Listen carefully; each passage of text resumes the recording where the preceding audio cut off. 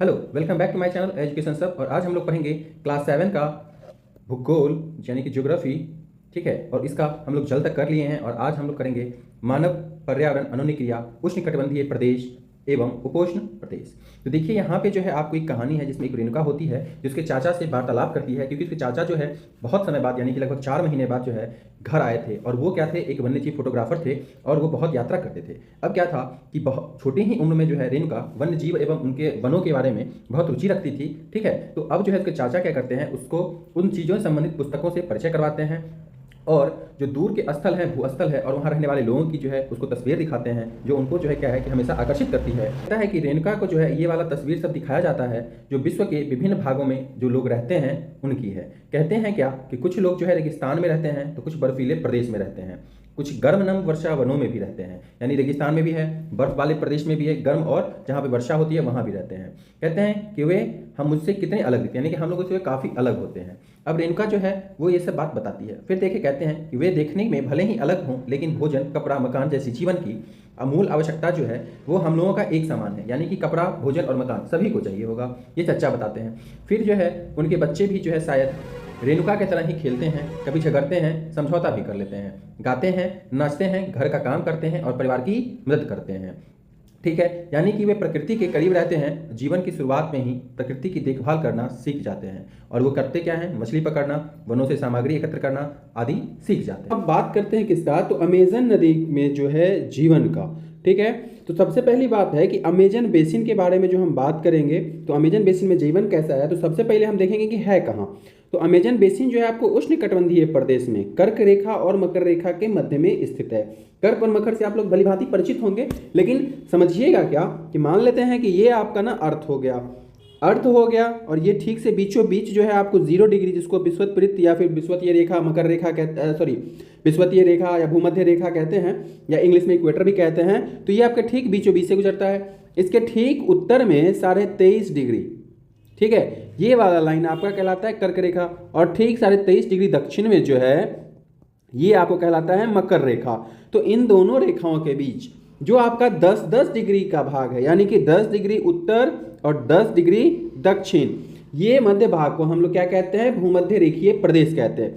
यानी कि अगर समझने का प्रयत्न कीजिए तो कहता है कि आपको कि ये वाला भाग यहाँ से यहाँ तक और यहाँ से यहाँ तक जो 10-10% का है, डिग्री का होगा, ये वाला भाग क्या कहलाया, आपका भूमध्य रेखीय प्रदेश कहलाया। अब कहता है जो आपकी अमेजन नदी है, ठीक है ना, वो भी आपको इसी से होकर के क्या होता है, बहता है, यही 10-10 डिग्री के बीच में। ठीक है, और आंध्र महासागर में पहुंचता है। अब देखिए आगे का बात करें तो कहता है क्या कि जिस स्थान पर कोई नदी किसी अन्य जल राशि में मिलती है उसे उस नदी का मुहाना कहते हैं। यानी कि मान लीजिए कि एक मेन नदी यहाँ पे बह रही है और कोई नदी इधर से आई, इधर से आई, इधर से आई, इधर से आई, इधर से आई, तो ये हो गया नदी का मुहाना। कहते हैं कि अमेजन नदी की बहुत सारी सहायक नदियां हैं, ठीक है, और ये सहायक नदियां ही मिलकर के क्या करती हैं, सभी नदी मिलकर के अमेजन बेसिन का जो है क्या करता है, निर्माण होता है। अब देखिए कहते हैं कि नदी बेसिन जो है अमेजन का, ये ब्राजील के भागों में, पेरू के भागों में, बोलीविया, इक्वाडोर, कोलंबिया, वेनेजुएला में जो है अपवाहित होती है, यानी क्या है कि बहती है। ठीक है, अब देखिए यहाँ पे कहता है कि आप इन बेसिन में स्थित उन देशों का नाम बताइए जिनसे भूमध्य रेखा गुजरते हैं। तो ये आप कमेंट में हमको बताइएगा कि भूमध्य रेखा से गुजरने वाले कितने देश हैं और कौन कौन से हैं। आगे देखिए तो यहाँ पे कहता है क्या आप जानते हैं, ये वाला पोर्शन ये भी काफी इंपॉर्टेंट होता है एग्जाम के पर्पज से।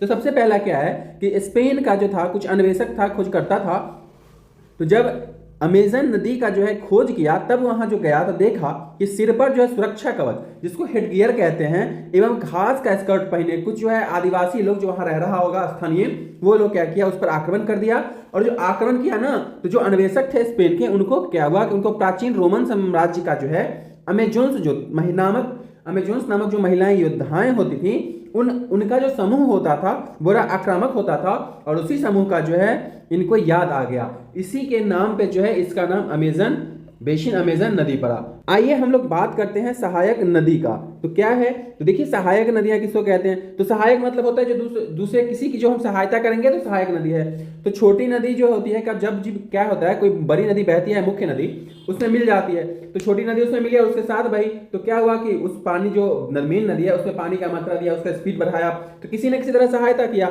तो छोटी नदियां जो है सहायक नदी हो गई। और आगे इसमें क्या लिखता है कि मुख्य नदी अपनी सहायक नदियों के साथ जिस क्षेत्र के पानी को बहाकर ले जाती हैं वह उसका जो है बेसिन कहलाता है या जल संग्रहण क्षेत्र कहलाता है।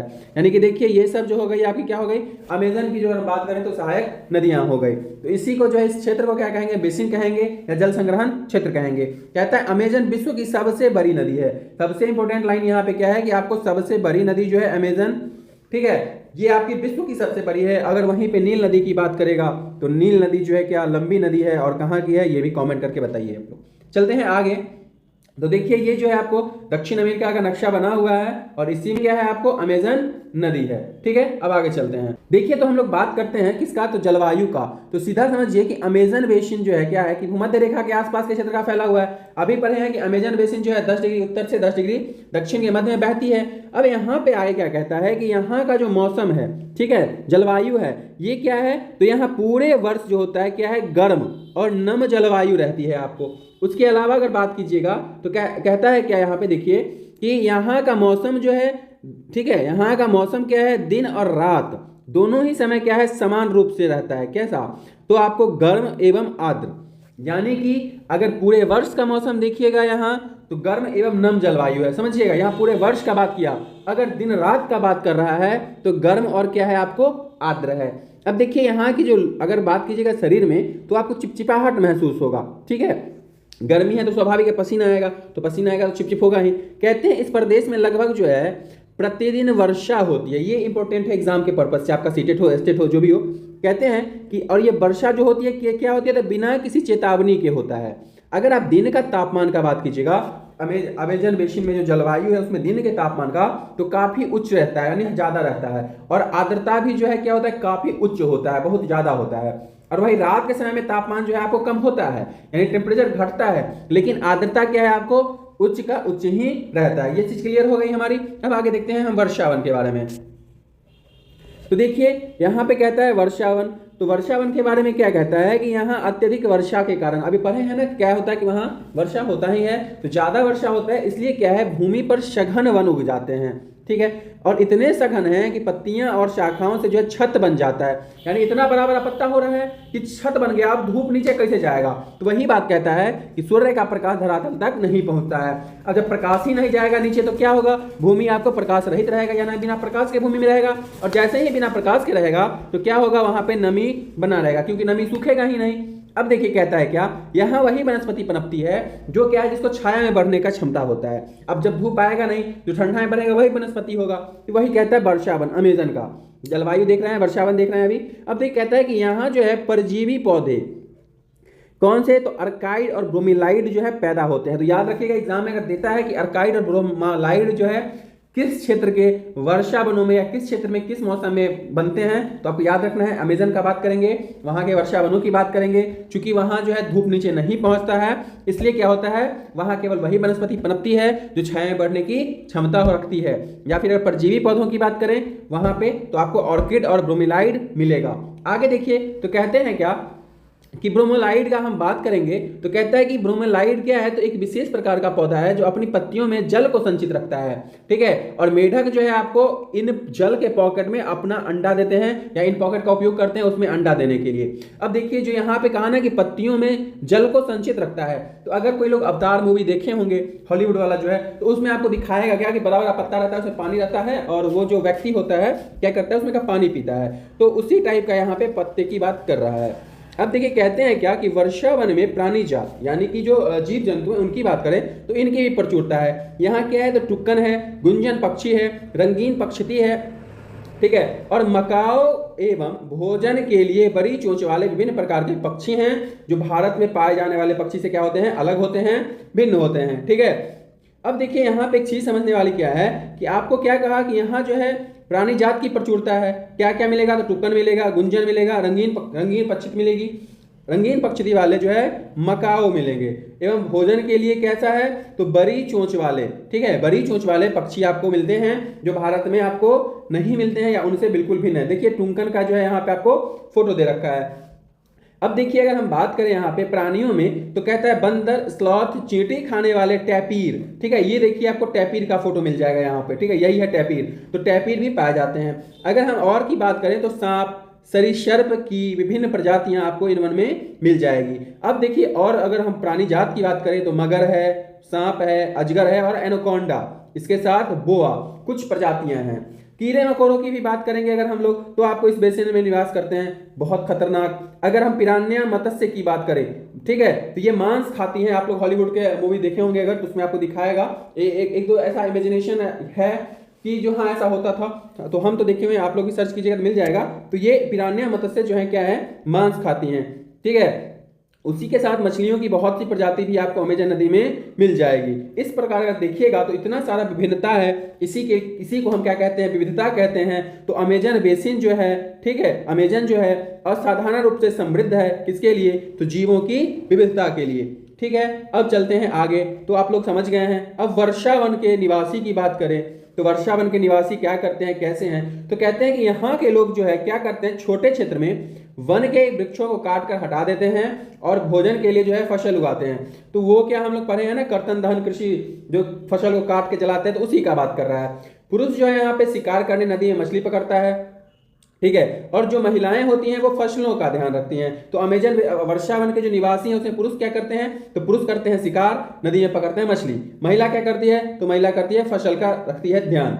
अगर हम बात करें यहाँ का, तो यहाँ पे टेपियोका, अनानास, शकरकंद उगाया जाता है। ये यहाँ का कृषि का बात कर रहा है। अब देखिए, कहता है कि मछली का शिकार जो है यहाँ पे अनिश्चित होता है, यानी जरूरी नहीं कि होगा ही, ठीक है। तो कहता है कि महिलाएं ही जो है अपनी उगाई हुई साग सब्जियों से क्या करते हैं, परिवार का भरण पोषण करते हैं, क्योंकि महिलाएं हैं ही इतनी शक्तिशाली, सब हम बहुत समय से देख रहे हैं, ठीक है। तो क्या है कि वही सबका भरण पोषण करती हैं। अब देखिए, ये लोग जो कृषि करते हैं उनको कर्तन एवं दहन पद्धति का प्रयोग क्या है, करते हैं। अभी अभी हम लोग यहाँ पे देखेंगे कर्तन और दहन जो है क्या है, ठीक है। तो देखिए यहाँ पे आपको बताया गया है कर्तन दहन के बारे में। कहते हैं कि किसान जो है पहले वृक्ष झाड़ी को साफ करके हटा देते हैं, इनको जलाते हैं, जिससे पोषक तत्व मिट्टी में मिल जाता है, ठीक है, और भूमि भी साफ हो जाता है। और इस पर जो है वो क्या करते हैं, कुछ वर्ष तक फसल को पैदा करते हैं। और जब इनको लगता है कि जमीन के टुकड़े का जो है, मिट्टी का जो है पोषक तत्व जो है कम हो गया है, इसमें अभाव आ गया है, तो इस टुकड़े को छोड़ देते हैं और फिर जो है बाद की फसल के लिए क्या करते हैं, फिर से वही काम दूसरे स्थान पर जाते हैं, वहां क्या करते हैं, कर्तन दहन की पद्धति अपनाते हैं,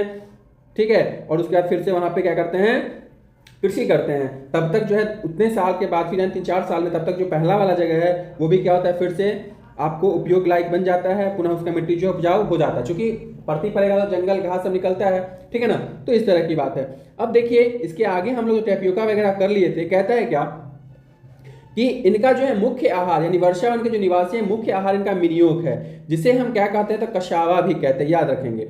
आलू की तरह ही जमीन के अंदर पैदा होते हैं, यानी कि अगर मिनियोक कहें या कशावा कहें तो कैसा होता है, तो आलू की तरह होता है, जमीन के अंदर पैदा होता है। इसके बाद देखिए, कहते हैं चींटियों की रानी एवं अंडकोश भी खाते हैं। उसके अलावा तो कॉफी, मक्का, कोको जैसी जो है नगदी फसल उगाते हैं या उगाई जाती है। नगदी फसल का मतलब क्या होता है, सीधा समझिएगा कि जो व्यापार के माध्यम, व्यापार के लिए ही उगाया जाता हो, या जिनसे हमें जो है तुरंत उपज हुआ और पैसे आने लगे, वो सारे फसल नगदी फसल में आते हैं। तो कॉफी, मक्का, कोको आदि क्या है, नगदी फसल है। अधिक कहते हैं कि वर्षा वन अत्यधिक मात्रा में घरों के लिए लकड़ी प्रदान करता है। कुछ परिवार जो है क्या है, यहाँ पे जब वर्षा में लकड़ी दे रहा है, तो कुछ परिवार क्या है कि मधुमक्खी के छत्ते के आकार वाला, ठीक है, छप्पर के घरों में रहते हैं, ठीक है। यानी कि मधुमक्खी का छत्ता कैसे होता है, ऐसे ऐसे ऐसे करके पूरा लटका रहता है पेड़ पे, ठीक है, ऐसे ऐसे एकदम ऐसे रहता है और एकदम पूरा गच गच के टक टक करके पूरा सटल रहता है, ठीक है। तो कुछ लोग छप्पर के घरों में रहते हैं, उसका आकार कैसा है, तो मधुमक्खी जैसा है। कुछ लोग जो है आपको क्या है, अपार्टमेंट जैसे बड़े घरों में रहते हैं, ठीक है, जिनकी छत क्या होती है, तीव्र ढलान वाली होती है। और इनको कहते क्या है हम लोग, तो इनको कहते हैं हम लोग क्या, मुलोका, ठीक है। यानी अगर बात करेगा आपसे एग्जाम में कि वर्षा वन में जो अपार्टमेंट जैसे घरों में रहते हैं उसको क्या कहते हैं, जिनकी छत तीव्र होती है, ढलान वाली होती है, तो उसको हम लोग कहेंगे मुलोका। आगे चलिए, कहते हैं क्या, अमेजन बेसिन का लोग जो है, ठीक है, बेसिन का लोग जो है जीवन जो है इनका धीरे धीरे बदल रहा है। बदल क्यों रहा है भाई, तो पुराने समय में जो है वन के अंदर पहुंचने के लिए सिर्फ नदी मार्ग था। अब 70 में क्या हुआ कि ट्रांस अमेजन महामार्ग बन गया। तो बनने के बाद क्या हुआ कि जो अमेजन वर्षा वन है, सभी जगह तक लोग आराम से पहुंच जाते हैं। अब देखिए, ये पिछले साल जब सीटेट का एग्जाम हुआ था, एक्चुअली मैं क्वालिफाइड हूं, तो उसमें जो है आया था क्वेश्चन, तो यहां से क्वेश्चन दिया था, ठीक है, कि वो लोग क्या क्या उगाते हैं, वहां पहुंचने का क्या क्या साधन है, ठीक है, क्या हेलीकॉप्टर से हम लोग वहां जा सकते हैं कि नहीं जा सकते हैं। तो इन लाइनों को ध्यान में रखना है। तो जैसे कि यहाँ पे कहता है क्या कि वहां अनेक स्थानों पर पहुंचने के लिए हम लोग हवाई जहाज और हेलीकॉप्टर का उपयोग कर सकते हैं या किया जाता है। तो इस लाइन को अगर कोटेशन का में देता है, कारण में देता है, तो ध्यान रखेंगे कि जाते हैं। एक तो महामार्ग है ही, ठीक है, अमेजन में जो अमेजन महामार्ग से बना है, ठीक है। दूसरा चीज हवाई जहाज और हेलीकॉप्टर जाते हैं। तीसरा कि नदी मार्ग भी था, पहले सबसे पहले नदी मार्ग ही था। कहते हैं इस प्रक्रिया के फलस्वरूप वहां का मूल आबादी जो है क्या हुआ है कि उस क्षेत्र से बाहर निकल के आए और नए क्षेत्र में जो है उनको बसना पड़ा। अब देखिए कि पौराणिक तरीके से खेती करते रहे, यानी कि जो है कर्तन दहन वाला बात, ठीक है। तो अब देखिए क्या है कि जब नया जगह खुलेगा, नया रास्ता खुलेगा, तो क्या होगा कि लोग आएंगे जाएंगे ही। तो चूंकि अब क्या है कि ये क्षेत्र आपको जैविक विविधता के वाले वर्षा वन में धीरे धीरे नष्ट हो रहा है। क्यों? क्योंकि विकास की गतिविधियां बढ़ गई है ना, अब रास्ता खुला, तो हम लोग तो बर्बाद करने के लिए ही हैं। जहां कुछ अच्छा मिलता है घुस जाते हैं उसको तैनात करने के लिए। तो क्या है कि हम अमेजन का जो बेसिन है, वहां का जो व्यवस्था है, हरियाली है, उसको हम लोग नष्ट कर रहे हैं। तो गतिविधि आप कह लीजिए, उसको बर्बाद करना कह लीजिए, बात देखिए क्या कि हर इंसान बर्बाद ही कर रहा है। आगे देखिए कहते हैं क्या कि प्रतिवर्ष अमेजन बेसिन के वर्षा वन का बड़ा भाग लुप्त होता जा रहा है। क्यों हो रहा है भाई लुप्त? जंगल है, अगर इसको छेड़छाड़ नहीं करेंगे तो क्यों होगा लुप्त? क्योंकि हम लोग कर रहे हैं ना, तो कर रहे हैं। अब वहां पे जा रहा है, आ रहा है, अब बहुत सारा आदमी इंडस्ट्री लगाएगा, जो वहां का जिसका भी है, बहुत सारा आदमी देखेगा कि वहां से क्या क्या हम निकाल सकते हैं। तो स्वाभाविक है कि प्रकृति है आपको दे रही है, इसका अगर आप लोग सही ढंग से उपयोग नहीं करेंगे तो क्या है कि आप तो प्रकृति को, पर्यावरण को क्षति पहुंचा ही रहे हैं। जो बचा खुचा है उसको भी लेके डूब जाइए। कहते हैं कि वर्षा वन के लुप्त होने का व्यापक प्रभाव होता है, और जब भी प्रभाव हो रहा है तो बेसिन भी है, याद रखेंगे। तो जब पेड़ पौधा नहीं रहेगा तो मिट्टी को कौन पकड़ेगा? तो वर्षा के कारण मिट्टी का जो है ऊपरी परत बह रहा है एवं सघन बंजर वन जो है बंजर भूमि में आपको बदल रहा है। तो ये जो है क्या है आपको सोचने वाली बात है। ये अमेजन का बात कर रहे हैं, अलग बात है, लेकिन अगर हम अपने यहाँ भी देखें तो क्या है कि घर बन रहा है, अपार्टमेंट बन रहा है, फैक्ट्रियां खुल रही हैं और जंगल क्या हो रहा है, सत्यानाश हो रहा है। क्योंकि हम लोग पढ़े हैं कि जो कार्बन डाइऑक्साइड क्या करता है कि हमारे वातावरण में जो गर्मी है उसको फिर से हमको क्या करता है, मेंटेन करता है। जितना हम लोग गर्मी दे रहे हैं उस सब फिर हम ही लोगों को देगा। एसी भी काम नहीं करेगा आने वाले समय में। चलिए पढ़ाई की बात करते हैं आगे। तो कहता है गंगा ब्रह्मपुत्र बेसिन में जीवन। अब आ जाइए दक्षिण अमेरिका, सीधे हम लोग आते हैं कहाँ, अपना प्यारा देश भारत पे। तो कहते हैं क्या कि गंगा और ब्रह्मपुत्र की सहायक नदियां भारतीय उपमहाद्वीप में गंगा ब्रह्मपुत्र बेसिन का निर्माण करती है। यानी गंगा ब्रह्मपुत्र बेसिन का निर्माण कौन करेगा? हम लोग पढ़े हैं कि जो नदी आती है, बहती है, उनके अगल बगल का क्षेत्र आपको बेसिन हो जाता है। तो गंगा और ब्रह्मपुत्र दोनों का सहायक नदी मिलकर क्या करेगा? बेसिन का, किसके बेसिन का? तो गंगा ब्रह्मपुत्र के बेसिन का निर्माण करेगा।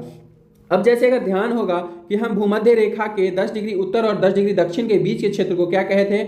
अमेजन वाला क्षेत्र था आपका, ठीक है। अब देखिए वही भारत में बात करता है क्या कि बेसिन के, यानी गंगा ब्रह्मपुत्र बेसिन के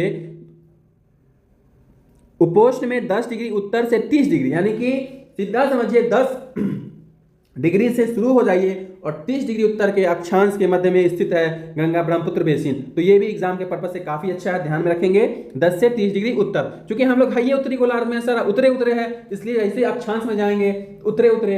अगर हम देशांतर में जा रहे हैं तो पूर्वे पूर्वे याद रखिएगा। क्योंकि अगर भारत को ऐसे बांटिएगा तो भारत इधर है और इधर है, ये पूर्वी गोलार्ध और उत्तरी गोलार्ध। तो जब भी होगा तो देशांतर या अक्षांश तो ध्यान रखिएगा, पूरब उत्तर उत्तर पूरब, बस इसी में आता है, कंफ्यूजन नहीं होना चाहिए। आगे चलते हैं। तो देखिए कहते हैं क्या कि घाघरा, सोन, चंबल, गंडक, कोसी जैसी गंगा की सहायक नदियां ब्रह्मपुत्र की सहायक नदियों में अपाहित होती हैं।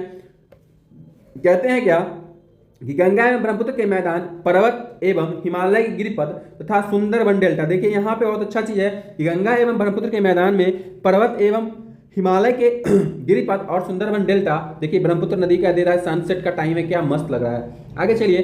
तो कहते हैं भारत का नक्शा है, यहाँ पे देखिए ये आपका जो गंगा ब्रह्मपुत्र बेसिन का बात कर रहा है ना, तो ये आपको पूरा का पूरा यहाँ देखिए तो जाल की तरह एकदम मस्त लग रहा है, ठीक है। लेकिन पुस्तक की बात करते हैं, इस पर कभी और विषय किसी और दिन करेंगे, ठीक है। तो कहता है इस बेसिन की मुख्य विशेषता क्या है भाई? तो चाप झील पाया जाता है, और एक नहीं है, इनके मैदानी क्षेत्र में अनेक चाप झील हैं, ठीक है। ये गंगा ब्रह्मपुत्र का बात कर रहा है, याद रखेगा, अमेजन और इसमें कंफ्यूज नहीं होइएगा। कहते हैं यहाँ जलवायु मुख्यतः मानसूनी है। कहाँ की बात किया? भारत का बात कर रहा है। भारत की जलवायु कैसा है? यहाँ का गंगा ब्रह्मपुत्र बेसिन का मानसूनी है। कहते हैं कि मानसून में जून से मध्य सितंबर के बीच वर्षा होता है।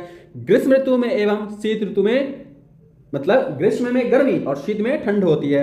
अब देखिए कहता है उन राज्यों के नाम बताइए जहाँ गंगा ब्रह्मपुत्र बेसिन स्थित है। कमेंट करके बताइएगा। अगर कोई लोग ये देख रहे हैं वीडियो, मेरी मेहनत से वो समझ रहे हैं तो बताइएगा जरूर, ये आपके लिए बेनिफिट है और हमारे लिए भी। आगे आते हैं। कहते हैं कि बेसिन के क्षेत्र में विभिन्न प्रकार की स्थलाकृतियां हैं। स्थलाकृतियां यानी कि जैसे मान लीजिए कोई भूमि का टुकड़ा है, उसका जो डिजाइन होता है, जैसे अगर हम भारत की बात करें तो इस तरह से नक्शा बनाते हैं, लेकिन ये ऐसा तो है नहीं, इस टाइप से कुछ है, इधर से इस टाइप से कुछ है, ठीक है। तो ये वाला जो है क्या है कि स्थलाकृति हो गया, कहीं पे पहाड़ है, पठार है, मैदान है, तो जो है आपको स्थलाकृति आ जाती है। कहते हैं हम लोग क्या कि जनसंख्या के वितरण में पर्यावरण की प्रमुख भूमिका होती है। कहते हैं तीव्र ढाल वाले पर्वतीय क्षेत्र बसने के लिए प्रतिकूल हैं, अतः गंगा ब्रह्मपुत्र बेसिन के पर्वतीय क्षेत्र में कम लोग रहते हैं। अब देखिए यहाँ पे क्या है कि ढाल वाला क्षेत्र, यहाँ पे कैसे आदमी रहेगा, बड़ा दिक्कत से रहेगा। लेकिन अब पहाड़ है तो घर तो होगा एक का दुक्का या कुछ ज्यादा। लेकिन क्या है कि जो पर्वतीय ढाल वाला क्षेत्र है, मान लीजिए ऐसे ढाल है तो इस पे कैसे लोग रहेगा, दिक्कत है। तो कहते हैं कि मानव प्रवास के लिए मैदानी क्षेत्र को उपयुक्त समझता है। जो है अभी सबसे ज्यादा जनसंख्या जो है आपको मिलेगा इन क्षेत्रों में, जो मैदानी क्षेत्र है। कहते हैं जनसंख्या घनत्व अधिक है, मिट्टी भी उपजाऊ है चूंकि मैदान वाला भाग है। अब देखिए जिन स्थल पर फसल उगाने के लिए समस्त समतल भूमि उपलब्ध है, वहां लोगों का मुख्य व्यवसाय कृषि है। धान यहाँ की मुख्य फसल है। ये भी गंगा ब्रह्मपुत्र बेसिन का बात कर रहे हैं, इतना याद रखना है। कहते हैं चूंकि धान की खेती के लिए पर्याप्त जल की आवश्यकता होती है, उस क्षेत्र में उगाया जाता है जहां अधिक वर्षा होती है। अब देखिए यहाँ पे कहता है क्या, जनसंख्या घनत्व क्या है, ये भी आपके लिए काफी ज्यादा जो है इंपॉर्टेंट हो जाता है। तो क्या है इंपॉर्टेंट है भाई, तो सबसे पहले देखिए जनसंख्या घनत्व क्या है आपको 189 है, कहाँ का, उत्तराखंड का। 1102 है किसका, बिहार का। 1029 किसका है, तो पश्चिम बंगाल का। तो देखिए इसका अर्थ है कि 1 किलोमीटर में रहने वाला, ठीक है, जितना भी लोग है उनका संख्या। अब आगे देखिए कहते हैं क्या कि यहाँ उगाई जाने वाली प्रमुख या अन्य फसलें जो हैं गेहूं, मक्का, ज्वार, चना एवं बाजरा है। गन्ना और जूट नगदी फसलें भी उगाई जाती हैं। मैदान के कुछ क्षेत्र में केले के बागान भी आपको मिल जाएंगे। पश्चिम बंगाल में, असम में चाय का बागान मिलता है, ये सबको मालूम है। कहते हैं बिहार एवं असम के कुछ भाग में सिल्क के कीड़ों का भी संवर्धन होता है, ठीक है, और सिल्क का उत्पादन हम लोग करते हैं। कीड़ा पालेंगे क्या, सिल्क का उत्पादन के लिए पालेंगे। कहते हैं मन ढलान वाले पर्वत एवं पहाड़ियों पर जो है वेदिकाओं में फसलें उगाई जाती है। देखिए इस तरह से जो है रहता है, आपको सीधी बनना होगा, इसी को बोल के वेदिका फार्मिंग। आगे देखिए कहते हैं क्या कि विभिन्न भू आकृतियों के अनुसार वनस्पति में विभिन्नता पाई जाती है। गंगा ब्रह्मपुत्र में आपको सागवान, शाखू, पीपल के साथ अगर हम उष्णकटिबंधीय पर्णपाती पेड़ भी पाए जाते हैं। कहते हैं कि ब्रह्मपुत्र के मैदान में घने बांस के झुरमुट मिलेंगे। डेल्टा क्षेत्र में मैग्रेवो वन से घिरा हुआ, याद रखिएगा कि डेल्टा क्षेत्र कैसा वन, तो मैग्रेवो वन। कहते हैं उत्तराखंड, सिक्किम एवं अरुणाचल प्रदेश की ठंडी जलवायु एवं तीव्र ढाले भाग में चीड़, देवदार एवं फर जैसे शंकुधारी पौधे पाए जाते हैं। उत्तराखंड, सिक्किम और अरुणाचल प्रदेश कैसे, तो शंकुधारी पेड़ कहाँ, उत्तराखंड, सिक्किम और अरुणाचल प्रदेश। जलवायु कैसा, ठंडी, ढाल कैसा, तीव्र। मिलेगा क्या, तो चीड़, देवदार और शंकु, ठीक है। आइए आगे चलते हैं। कहते हैं क्या कि बेसिन में जो है विभिन्न प्रकार के वन्य जीव पाए जाते हैं। अगर हम देखें इसमें तो कहता है हाथी, बाघ, हिरन, बंदर सामान्य जो है आपको मिल जाएंगे। कहेंगे कि एक सिंह वाला गेंडा ब्रह्मपुत्र के मैदान में पाया जाता है। देखिए यहाँ पे क्या कहता है कि एक सिंह वाला जो आपको गेंडा है, यहाँ देखिए यहाँ, ठीक है, तो ये क्या है आपको किधर पाएगा, तो ब्रह्मपुत्र के मैदान में पाया जाता है। अब ये कहते हैं कि डेल्टा क्षेत्र में बंगाल टाइगर और मगर भी पाए जाते हैं। तो बंगाल टाइगर और मगर डेल्टा क्षेत्र में, ब्रह्मपुत्र मैदान में एक सिंह वाला गेंडा मिल रहा है। नदी में जो है साफ जल, झील एवं बंगाल की खाड़ी में प्रचुर मात्रा में जलीय जीव पाए जाते हैं। अगर मछलियों की बात करें तो रोहू, कतला और हिल्सा जो है आपको लोकप्रिय प्रजातियां हैं मछली की। फिर कहते हैं कि मछली चावल जो है क्षेत्र में रहने वाले लोगों का मुख्य आहार है। देखिए यहाँ पे हम अभी वेदिका फार्मिंग का बात बोले थे, तो वेदिकाओं का निर्माण खड़ी ढलान वाले समतल सतह बनाकर कृषि करने के लिए होता है। ढलान को इसलिए हटाया जाता है जल का प्रवाह तीव्रता से ना हो। देखिए ये जो है आपको क्या किया है, यहाँ पे जो ढलान है ना, ये वाला ढलान देखिए, इस पे जो है सीढ़ी नुमा बना दिया है, ठीक है, और इसी के बीच में जो खेती करता है, चूंकि पानी आएगा तो ऐसे रुकेगा, फिर ऐसे उतरेगा, फिर ऐसे उतरेगा, फिर ऐसे उतरेगा। तो ये वेदिका कृषि क्या है, पर्याप्त मात्रा में हर जगह क्या होगा, जल पहुंचेगा। अब देखिए आगे चलते हैं, तो कहता है कि गंगा ब्रह्मपुत्र नदी के अलवण जल में, यानी कि मीठा जल, ठीक है, तो इसमें एक प्रकार की डॉल्फिन है जिसका नाम क्या है, सुसु। स्थानीय भाषा में कहते हैं क्या, सुसु, ठीक है, इसका मतलब होता है अंधी डॉल्फिन, ठीक है। कहते हैं सुसु की उपस्थिति से जल की शुद्धता का पता चलता है, यानी कि अगर पानी में सुसु मछलियां हैं, ठीक है, सुसु डॉल्फिन है, सुसु है, अंधी डॉल्फिन है, तो जल काफी शुद्ध है। कहते हैं कि रसायन की अत्यधिक मात्रा वाले गैर उपचारित उद्योगों एवं शहरी गंदगी इन प्रजातियों को नष्ट कर रही है। तो यहीं पे यहाँ पे यही अंधी डॉल्फिन है, आपको देख लीजिए। और यहाँ पे जो है आपको इसी तरह के केस स्टडी है, इसमें कुछ खास नहीं है, ठीक है। अब देखिए यहाँ पे अगर बात कर ले हम लोग सार्वभौमिक स्वच्छता का, तो इसका कवरेज जो है आपको स्वच्छता पर ध्यान केंद्रित करने का प्रयास से था। और इसके लिए भारत के प्रधानमंत्री श्रीमती नरेंद्र मोदी जो हैं, ठीक है, प्रधानमंत्री जी 2 अक्टूबर 2014 को स्वच्छ भारत मिशन का शुभारंभ करते हैं। अब देखिए कहते हैं गंगा ब्रह्मपुत्र के मैदान में कई बड़े शहर कस्बे स्थित हैं, और यहाँ से क्वेश्चन आपको आता है, इसलिए इसको जो है ठीक से एक बार देख लीजिए।